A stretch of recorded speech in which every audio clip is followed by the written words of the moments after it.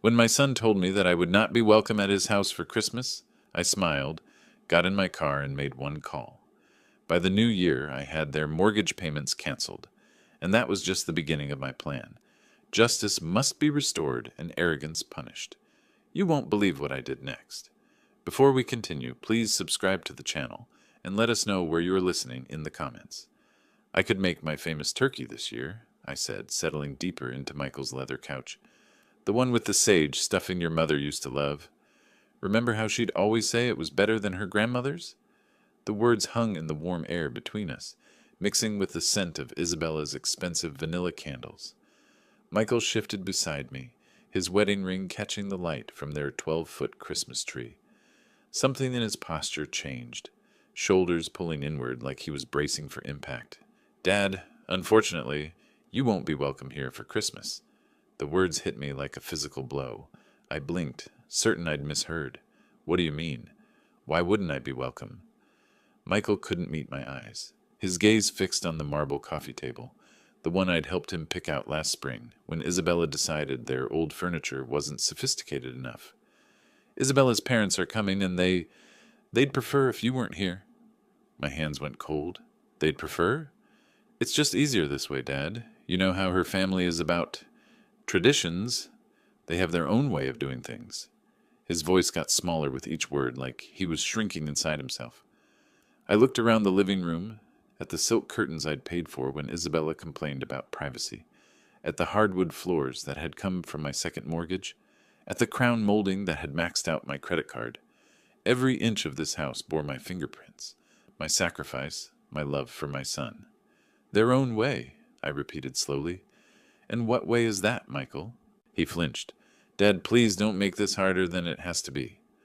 Through the kitchen archway, I could see Isabella's new KitchenAid mixer, the professional-grade one she'd insisted she needed for her holiday baking phase that lasted exactly 3 weeks.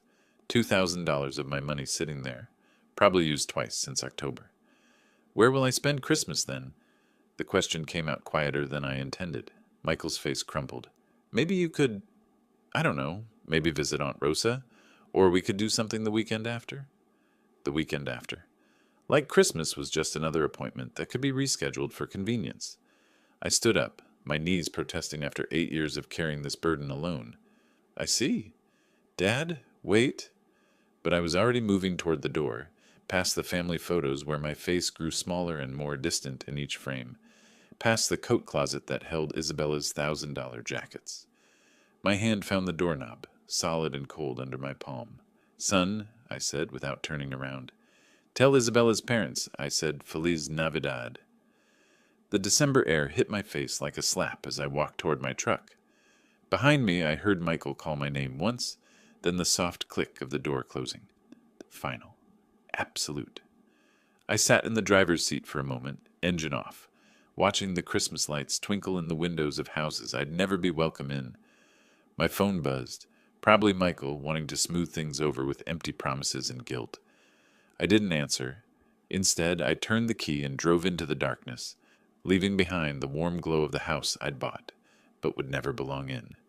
The heater hummed against the December cold as I navigated the familiar streets toward home.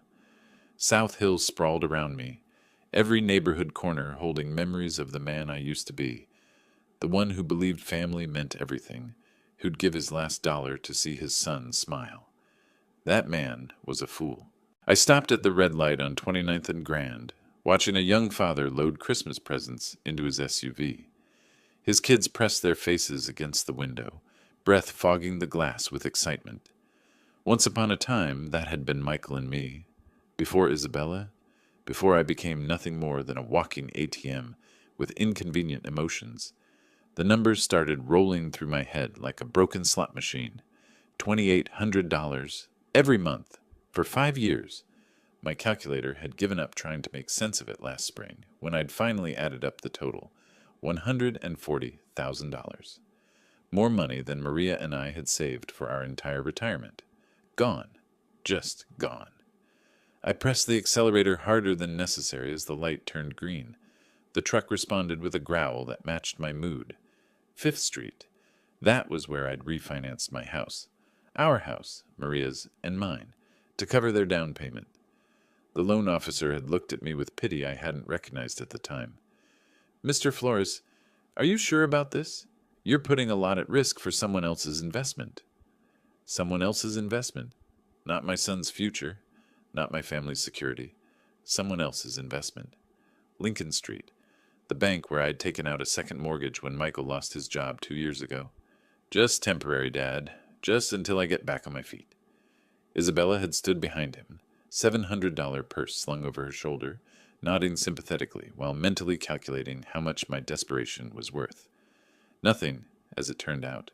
My desperation was worth nothing to them. I pulled into my driveway, the one with the cracked concrete I couldn't afford to fix, because every spare dollar disappeared into their perfect suburban fantasy. The porch light flickered, another repair I'd been putting off. Inside, the house felt hollow without Maria's laughter, without the warmth of family gatherings that would never happen again. My phone rang as I fumbled with my keys, the shrill tone echoing off the empty walls. Isabella's name flashed on the screen, probably wanting to explain why I wasn't good enough for her parents' delicate sensibilities. Perfect timing. I'd been waiting 5 years to have this conversation. I answered on the fourth ring, letting her wait just long enough to wonder if I'd pick up at all. "Dennis!" Isabella's voice dripped with false sweetness, the same tone she used when asking me to cover their water bill or property taxes. "I heard about the little misunderstanding with Michael." "Misunderstanding?" I leaned against my kitchen counter, still wearing my coat. "I don't think there's any misunderstanding, Isabella. You made your position quite clear." "Look, I know this seems harsh, but you have to understand my parents' perspective. They're very traditional people. They expect a certain atmosphere during the holidays." "A certain atmosphere," I repeated. "And what atmosphere is that?" A pause. I could hear shopping bags rustling in the background, probably spending money that should have gone to their mortgage payment, money that was my responsibility, apparently. "Well, they're not used to your kind of cooking. All that spicy Mexican food and loud music. And frankly, Dennis, they're educated people. They expect conversations about current events, literature, art, you know." The words hit harder than a physical blow. 8 years of biting my tongue, of swallowing insults for Michael's sake, of pretending not to notice the way she looked at me like I was some kind of hired help. "My kind of cooking." My voice stayed level, controlled. "You mean the food you ate every Sunday for 3 years when money was tight? The tamales you said reminded you of your grandmother?" That was different. We were appreciative then, but now with my parents... "Now with your parents, you can't have the Mexican peasant embarrassing you at your fancy dinner table." The false sweetness evaporated. "Don't be dramatic, Dennis. This isn't about race, it's about class. My father graduated summa cum laude from Washington State. My mother speaks 4 languages. They summer in the Hamptons. What exactly would you contribute to dinner conversation? Stories about laying tile?" Heat flooded my chest, but I kept my voice steady. "I built a business from nothing after your husband's grandfather died. I've employed over 50 people. I've paid more in taxes than your father made in his best year. Money isn't everything, Dennis. Breeding matters. Education matters. And frankly, Maria understood her place better than you understand yours." The line went dead silent. She'd crossed it. The line I didn't even know existed until she'd stomped across it in her designer heels. "What did you say about my wife?" "I'm just saying she knew how to blend in better. She didn't make waves. She understood that some spaces weren't meant for her." My hand tightened around the phone until my knuckles went white. "Maria had more class in her little finger than your entire bloodline will ever possess." "Oh, please. She was a house cleaner who got lucky. At least she had the good sense to stay quiet about it." "Isabella?" My voice dropped to something I didn't recognize. "I want you to listen very carefully. This conversation is over. We're done pretending to be family. You can't just—" "We're done," I repeated, and ended the call. I set the phone down carefully on the counter, my hands surprisingly steady. Around me, the kitchen felt different, smaller but somehow cleaner, like a weight had been lifted from the air itself. I walked to my desk in the corner, pulled out the manila folder I'd been avoiding for months. Bank statements, mortgage papers, 5 years of automatic transfers that had bled me dry while they lived like royalty. Time to stop the bleeding. Part 4. The first decision, canceling the mortgage. The documents spread across my kitchen table like evidence at a crime scene. 5 years of bank statements, each one showing the same automatic transfer. $2,800 on the 15th of every month, vanishing from my account into theirs. A paper trail of my own stupidity. I pulled out my calculator and started adding. The first year, $33,600. The second year, another $33,600. By the third year, I'd stopped buying myself new clothes. The fourth year, I'd started shopping at discount grocery stores. This year, the fifth year, I'd been eating peanut butter sandwiches for lunch to make ends meet. $143,400. Not counting the down payment, not counting the times I'd covered their utilities when Isabella's shopping addiction got out of hand. Not counting the new roof, the landscaping, the furniture that was essential for their lifestyle. I sat back in my chair, looking at the numbers until they blurred. Maria's life insurance money, my retirement savings, the college fund we'd started for grandchildren I'd apparently never be allowed to see. All of it gone, poured into a house where I wasn't welcome for Christmas dinner. I reached for my phone, scrolled through my contacts until I found the number for my bank. The automated system offered me options in English and Spanish. How thoughtful, how accommodating to people like me. Customer service, this is Jennifer. How can I help you today? I need to cancel an automatic transfer, I said, my voice steadier than it had been in years. Certainly, sir. I'll need your account number and some verification information. I rattled off the numbers, watched her type in the background. Professional, efficient, no judgment about why a 62-year-old man was canceling payments to what was probably his son's mortgage. I see the transfer you're referring to, Mr. Flores. $2,800 monthly to Wells Fargo, account ending in 7423. How long have you been making this transfer? 5 years. The words tasted bitter. And you want to cancel it effective immediately? I looked around my kitchen, at the outdated appliances I couldn't afford to replace, at the walls that needed painting, at the windows that leaked cold air because I'd spent my home improvement money on someone else's castle. Effective immediately, I confirmed. Done. The transfer has been canceled. Is there anything else I can help you with today? No, I said, surprising myself with how good the word felt. No, that's everything. I hung up and sat in the sudden quiet of my house. Outside, December darkness was settling over Spokane, Christmas lights twinkling in windows where families gathered without conditions, without judgment, without the need to hide who they were. For the first time in 5 years, next month's budget would balance. For the first time since Maria died, I could afford to fix my porch light, buy decent groceries, maybe even take a vacation. I gathered up the bank statements, the mortgage papers, all the evidence of my generosity. Then I walked to my fireplace, struck a match, and watched 5 years of martyrdom turn to ash. The fire felt warm on my face, warmer than I'd felt in years. My phone buzzed with a text message, probably Michael wanting to apologize, or Isabella, needing money for something essential like new throw pillows. I didn't check it. Instead, I poured myself a glass of the good whiskey, the bottle I'd been saving for a special occasion that never seemed to come. Tonight felt special enough. I raised my glass to the empty room, to Maria's photo on the mantel, to the man I used to be and the man I was becoming. Merry Christmas to me, I said, and meant it. Part 5. Isabella's Provocation. The next morning arrived crisp and clear, December sunlight streaming through my kitchen windows as I nursed my second cup of coffee. For the first time in years, I wasn't calculating how much money would disappear from my account in 3 days. The freedom tasted better than the Colombian blend I'd finally allowed myself to buy. My phone rang at exactly 10:47 a.m. Isabella's name flashed on the screen like a warning label. Dennis! Her voice carried that familiar tone of barely concealed impatience. I need you to pick up my parents from Spokane Airport. Their flight from Portland arrives at 2 o'clock. I set down my mug carefully, watching the steam curl toward the ceiling. Isabella, did you forget about our conversation yesterday? Look, whatever that was about, we need to focus on practical matters now. My parents need transportation, and you're the only one with time during the day. The audacity was breathtaking. Less than 24 hours after telling me I wasn't worthy of sharing Christmas dinner with her family, she expected me to serve as their personal chauffeur. And you're asking me because that's what family does, Dennis. They help each other. Her voice sharpened with irritation. Besides, let's be honest here. You're not my rival. You're too weak to be my rival. So just get in your truck and pick them up. There it was, the final insult wrapped in a command. What airline? I asked quietly. Alaska Air, Flight 447.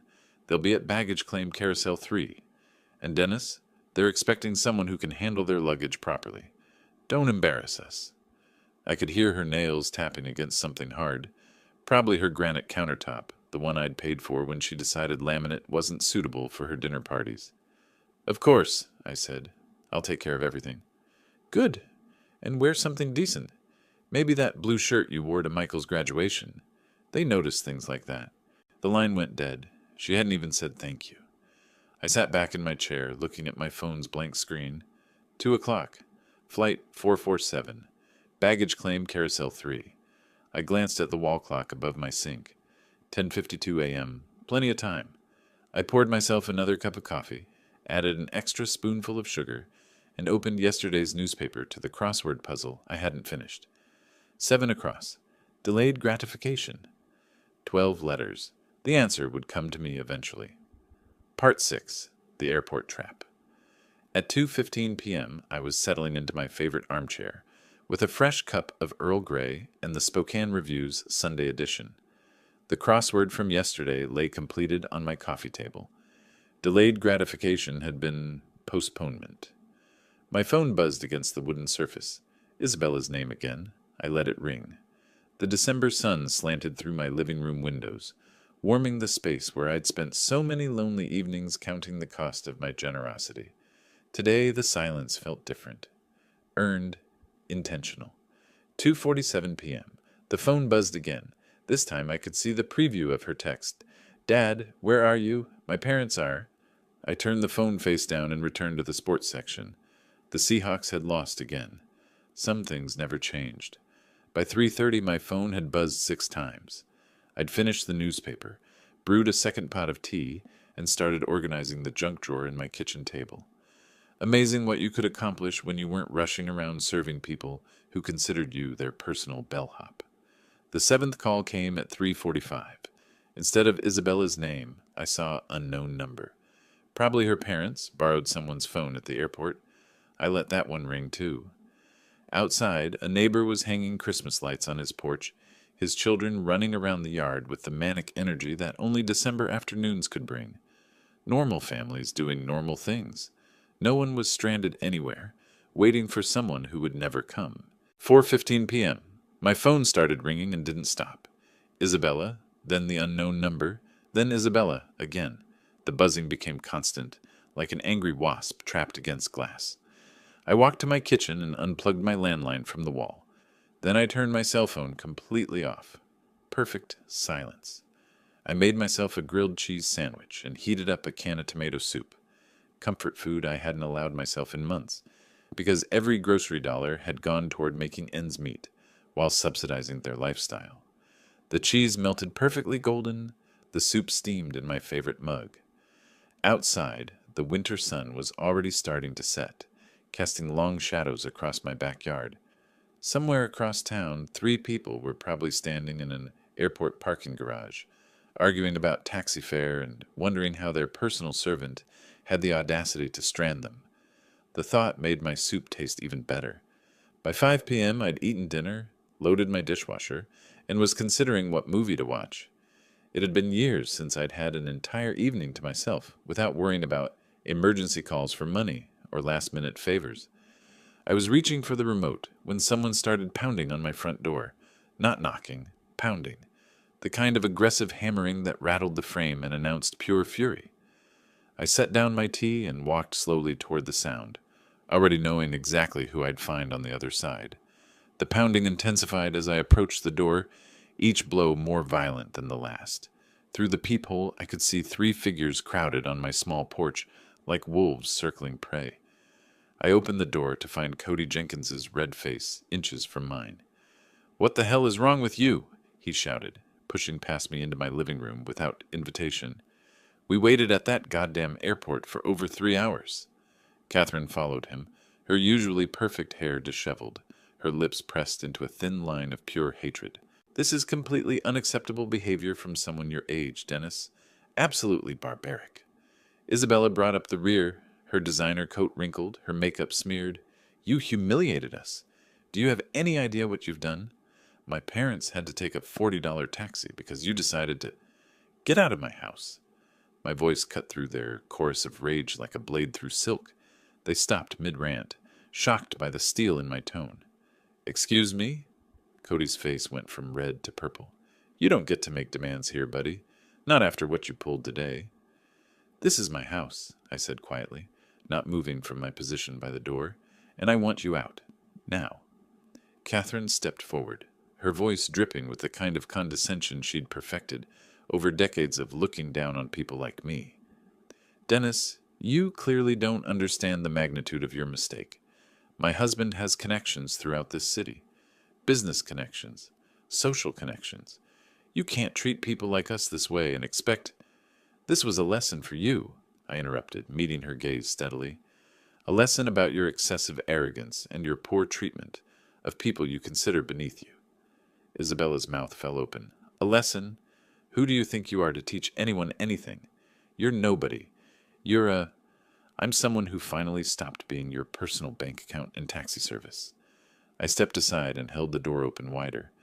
"The lesson is over. You can leave." Cody jabbed a finger toward my chest, but didn't quite dare touch me. "You have no idea who you're messing with, old man. I've been in this town longer than you've been breathing its air. I know people, important people, people who can make your life very, very difficult." "Is that a threat, Mr. Jenkins?" "It's a promise." His voice dropped to a menacing whisper. "You think abandoning elderly people at an airport is just something you can do without consequences? You're about to learn exactly how wrong you are?" Catherine nodded, her smile sharp enough to cut glass. "Indeed. Actions have consequences, Dennis, and yours will be quite public." Isabella grabbed her father's arm. "Daddy, let's just go. This pathetic old man isn't worth our time." They filed out of my house like a defeated army, but Cody turned back at the threshold. "You'll regret this," he said. "I guarantee it." I closed the door behind them and turned the deadbolt with a satisfying click. Through the window, I watched them pile into their rental car, still arguing among themselves as they drove away into the December darkness. The house felt cleaner with them gone, as if their presence had left a stain that was only now lifting, but their parting words echoed in the sudden quiet. Public consequences, important people, connections. I walked back to my living room and picked up my tea, still warm in its mug. For the first time in this whole mess, I felt something that might have been concern, but it was overwhelmed by something much stronger: anticipation. 3 days later, I was enjoying my morning coffee and scanning the Spokane Review when I saw my own face staring back at me from page 3. The headline read, "Spokane Businessman Abandons Elderly Couple at Airport During Holiday Storm." My hands went still around the coffee mug. There I was, in black and white, an old photo from my company's website, probably 5 years out of date. Below it, a story that made my blood run cold and my temper flare in equal measure. Cody and Catherine Jenkins, visiting their daughter for Christmas, were left stranded at Spokane International Airport for over 4 hours Sunday when family member Dennis Flores failed to appear for a prearranged pickup. The couple, both in their late 50s, waited in frigid temperatures as a winter storm warning was issued for the region. Winter storm warning. It had been 52 degrees and sunny. "We couldn't believe someone would just abandon us like that," said Cody Jenkins, a retired banking executive. "We called repeatedly, but Mr. Flores never answered his phone. We were forced to take an expensive taxi in dangerous weather conditions. At our age, this kind of treatment is not just inconsiderate. It's dangerous." The article continued with quotes about my pattern of erratic behavior and concerns about my mental state. Cody had painted himself and Catherine as helpless victims of a cruel old man who'd suddenly snapped without provocation. No mention of the Christmas dinner rejection, no context about Isabella's demands or their years of financial exploitation. Just me, the villain who abandoned poor elderly tourists during a blizzard that existed only in Cody's imagination. I set down my coffee and read the article again, slowly, then a third time. The byline belonged to Patricia Morrison, lifestyle editor. I didn't recognize the name, but I recognized the strategy. Cody had called in favors, used his banking connections to get this story placed exactly where it would do maximum damage to my reputation. Smart, very smart. For the first time since this whole mess started, I felt a grudging respect for my opponents. They weren't just entitled trust fund babies throwing tantrums. They were strategic, calculating. They understood that in a small city like Spokane, reputation was everything. One well-placed newspaper article could destroy decades of hard work. They declared total war. I folded the newspaper carefully and set it aside, my mind already shifting into the methodical planning mode that had built my business from nothing. This wasn't about airport pickups anymore. This wasn't about Christmas dinner or mortgage payments. This was about winning. I pulled out my laptop and began typing names into search engines. Cody Jenkins, Catherine Jenkins, Isabella Flores, their social media profiles, their connections, their habits, their weaknesses, everything they'd foolishly made public over the years. If they wanted to play chess, I'd show them what a real strategist looked like. I glanced at my wall calendar. December 18th. 7 days until Christmas. 7 days to plan something they'd never forget. I spent the next 3 days living in a different world.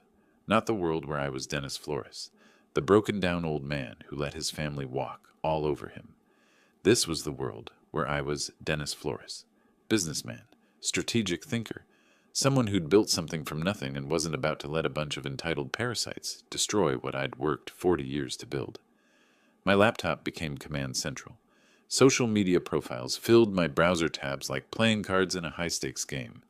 Cody Jenkins, retired First National Bank manager, member of the Spokane Country Club, treasurer of the Inland Northwest Business Leaders Association.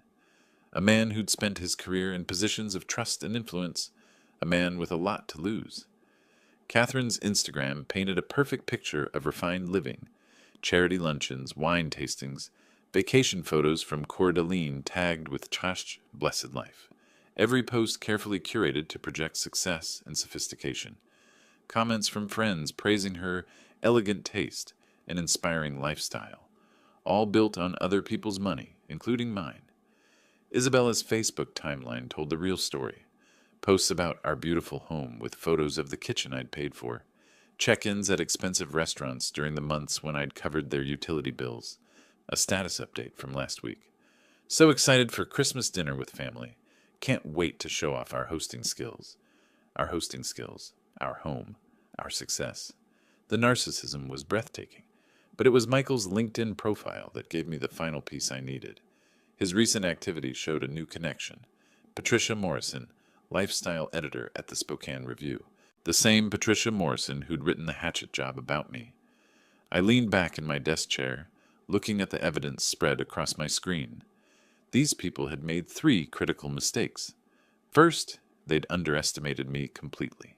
Second, they'd gone public with their attack, which meant I could go public with my response. Third, they'd documented their entire privileged lifestyle online, creating a perfect catalog of hypocrisy. I clicked through to Patricia Morrison's profile. 43 years old, journalism degree from WSU, 15 years at local papers. No previous connection to banking or finance, which meant Cody had reached out cold, probably through someone he knew from his business network.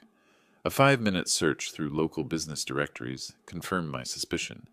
3 mutual connections between Cody and Patricia's editor. The story hadn't just appeared, it had been planted carefully and deliberately. Amateur hour. I opened a new document and began typing. Not a response to their media attack, something much better. A timeline. 5 years of financial support, documented with bank statements, receipts, and canceled checks. The down payment for their house, $47,000 from my home equity loan. The kitchen renovation when Isabella decided granite countertops were essential. $18,000 from my credit card. 60 monthly mortgage payments of $2,800 each.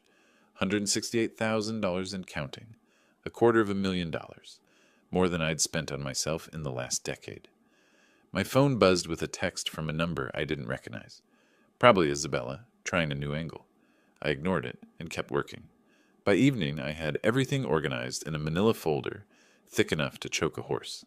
Bank statements, receipts, photos downloaded from their social media showing off purchases I'd funded, a printed copy of the newspaper article with my handwritten notes in the margins, documenting each lie and distortion.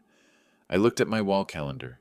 December 24th was circled in red, not because it was Christmas, but because it was the perfect day for justice. According to Isabella's Facebook events, they were hosting Christmas dinner for 12 people. Family friends, neighbors, members of their social circle. The kind of people who read the Spokane Review and formed opinions based on what they saw there. The kind of people who deserved to know the truth. I closed my laptop and walked to my kitchen, where I'd left my good camera, the one I'd bought years ago to document job sites for my business. Time to put it to work, documenting something else entirely. Tomorrow was Christmas Eve. Tomorrow, Cody Jenkins and his family were going to learn what happened when you declared war on someone who actually knew how to fight. Christmas Eve morning dawned gray and cold, the kind of Spokane winter day that made you grateful for warm houses and family gatherings. Too bad I wouldn't be welcome at either. But I had other plans. I laid out my evidence like a lawyer preparing for trial. Bank statements organized by year, each monthly payment highlighted in yellow. Receipts arranged chronologically, showing the pattern of my support for their lifestyle. Photos printed from their social media. Isabella's new jewelry, their vacation photos, the expensive Christmas decorations currently adorning the house I'd helped them keep. All of it copied 12 times, one for each dinner guest. The newspaper article went on top of each stack, my red pen notes visible in the margins.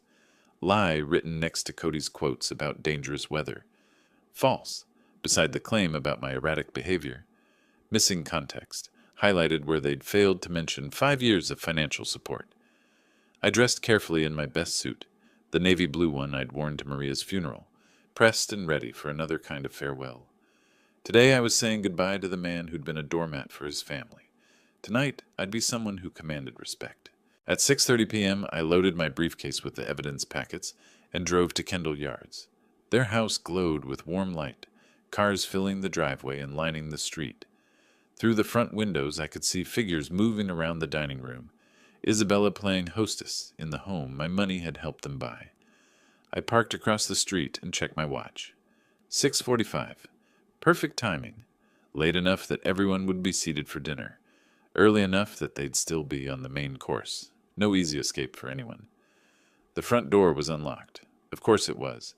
Isabella loved to show off how safe their neighborhood was, how they didn't need to worry about security, like people in rougher areas.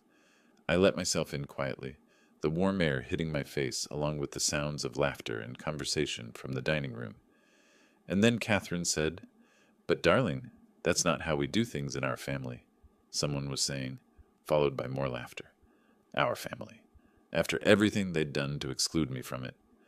I walked into the dining room carrying my briefcase, 12 faces turning toward me with expressions ranging from surprise to horror. Isabella froze with her wine glass halfway to her lips. Michael's face went pale. Cody and Catherine looked like they'd seen a ghost. "Good evening, everyone," I said calmly, setting my briefcase on their marble sideboard. "I hope you don't mind me joining your Christmas celebration." Isabella found her voice first. "Dennis, this is completely inappropriate. You need to leave immediately." "Actually," I said, opening my briefcase and pulling out the first stack of papers, "I think your guests deserve to know who really paid for this dinner, this house, and this lifestyle you've been showing off." A woman I didn't recognize, probably one of Catherine's charity friends, leaned forward with curiosity.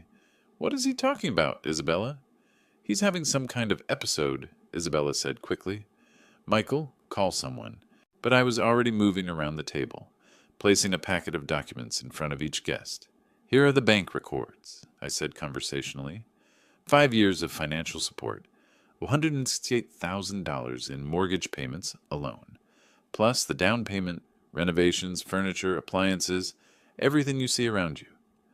The room went silent except for the rustling of papers as 12 people began examining the evidence. I watched their faces change as they absorbed the numbers, the dates, the undeniable proof of my generosity and their deception. This is, one man started, then stopped, staring at a bank statement. Outrageous, finished the woman across from him. Isabella, why didn't you tell us any of this? Isabella's perfect composure was cracking. It's more complicated than it looks.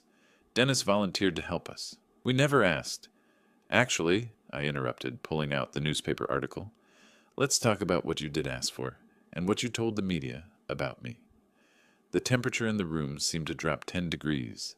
I placed copies of the newspaper article on the table, watching as the dinner guests recognized my photo from the unflattering story that had run 3 days earlier.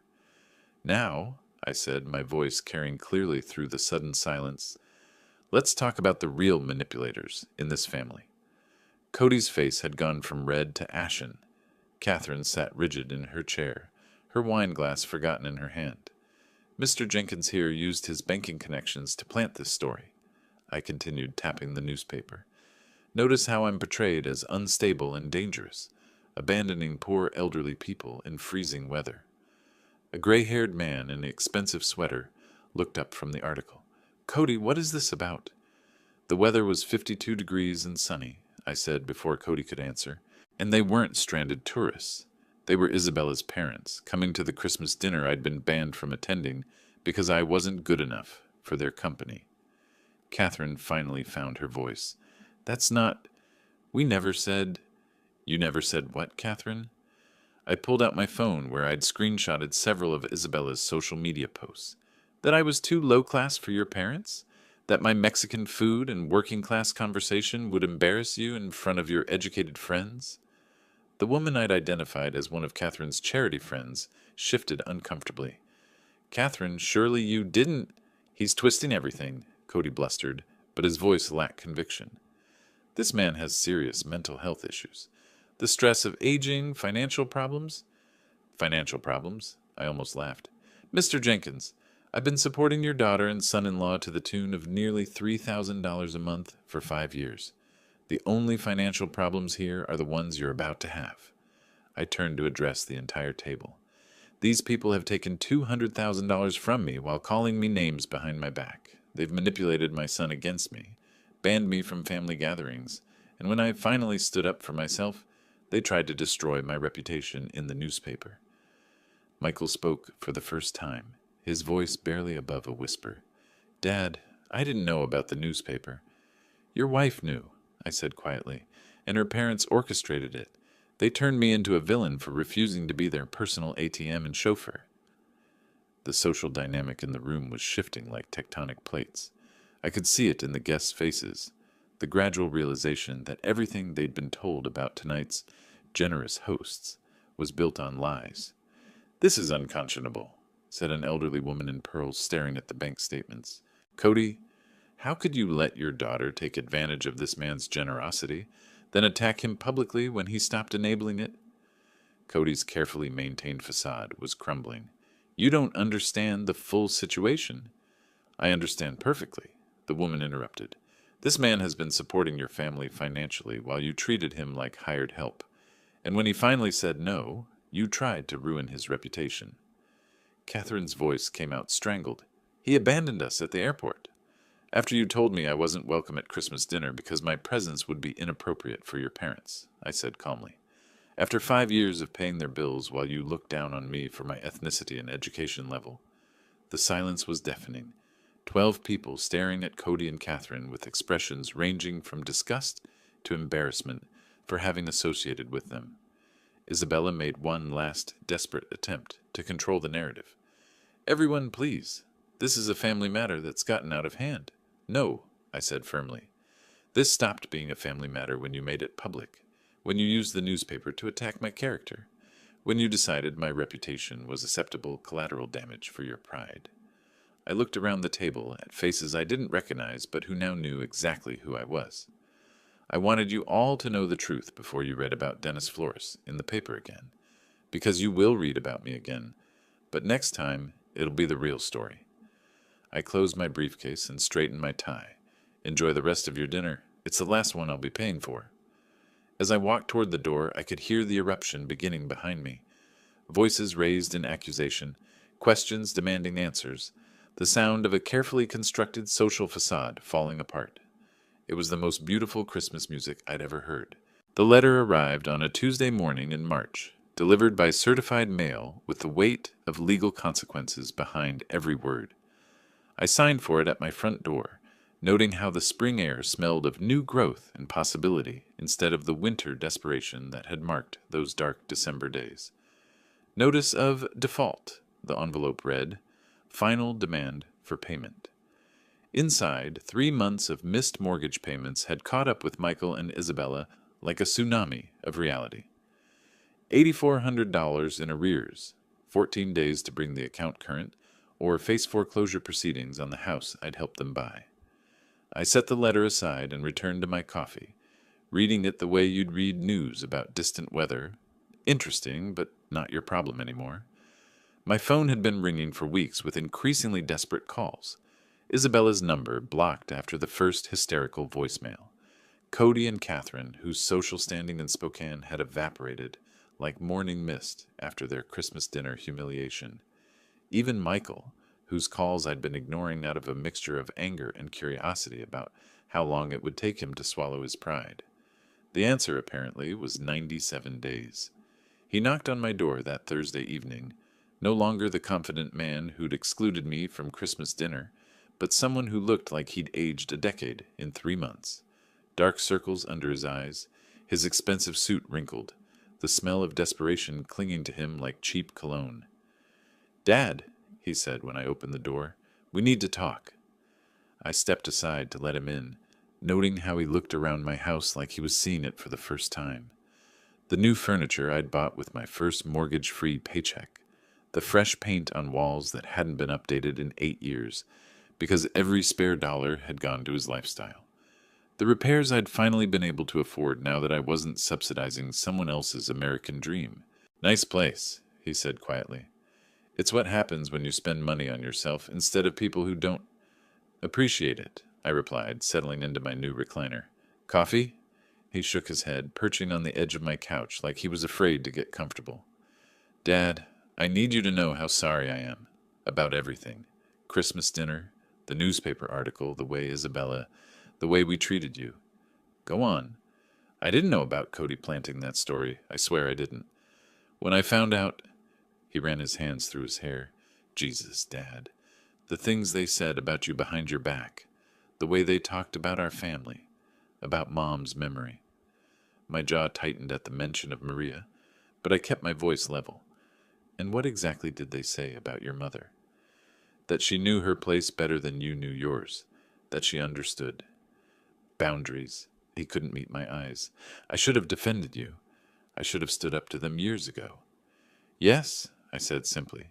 "You should have." We sat in silence for a long moment, the weight of 5 years of mistakes filling the space between us.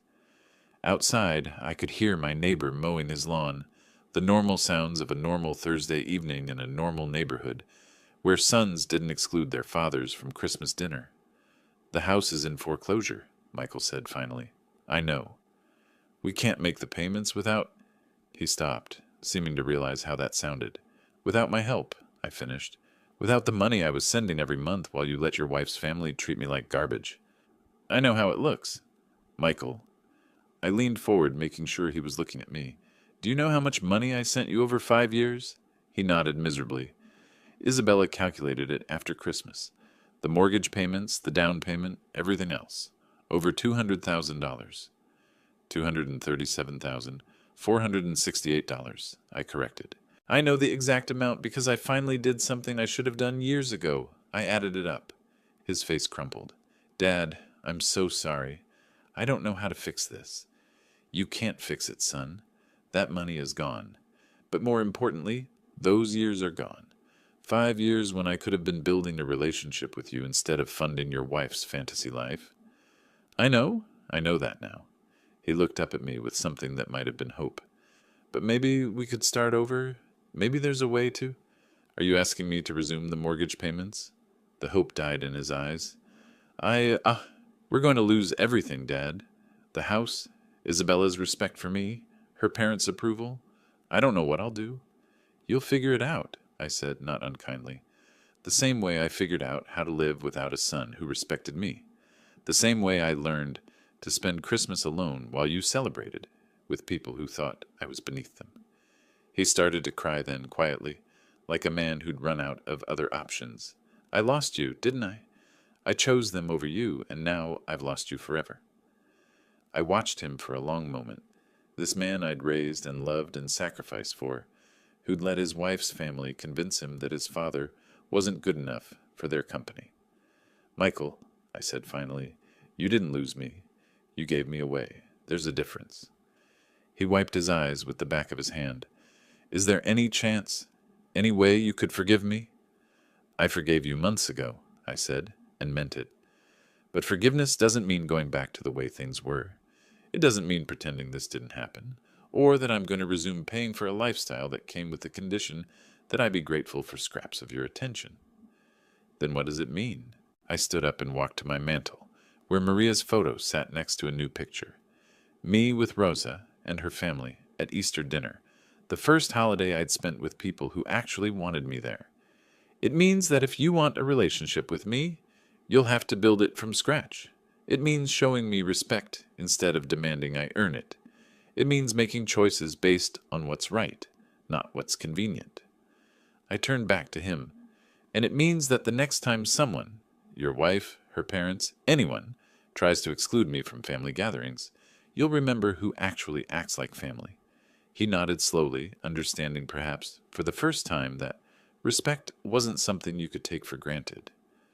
The house, he asked quietly, isn't my problem anymore. I sat back down, feeling lighter than I had in years. You're a grown man, Michael. Figure it out like grown men do. Get a job that pays enough to cover your bills. Sell the house and buy something you can afford. Stop living beyond your means and expecting other people to subsidize your choices. He stood up slowly, his shoulders straight, for the first time since he'd arrived. You're right, about all of it. I know. He walked to the door, then turned back. Dad, for what it's worth, seeing you stand up for yourself at Christmas dinner, I was proud of you. Embarrassed and angry, but proud too. Good, I said. Maybe there's hope for you yet. After he left, I poured myself a glass of the good whiskey and stepped onto my back porch. Spring was coming to Spokane, the trees beginning to bud, the air warming with promise. In 4 months, I'd be 63. Maria had been gone for 8 years. I'd wasted 5 of those years being a doormat for people who didn't appreciate sacrifice. I wasn't planning to waste any more. My phone buzzed with a text from Rosa. Dinner Sunday? The kids want to show you their school projects. I smiled and typed back. Wouldn't miss it. Real family, it turned out, was something you found with people who actually wanted you there. Everything else was just expensive theater, and I was done buying tickets to shows where I wasn't welcome on stage. The whiskey tasted like freedom, and the future looked exactly as bright as I was willing to make it. If you like this story, please like this video, subscribe to the channel, and share your impressions of this story in the comments. To listen to the next story, click on the box on the left. Thank you for watching.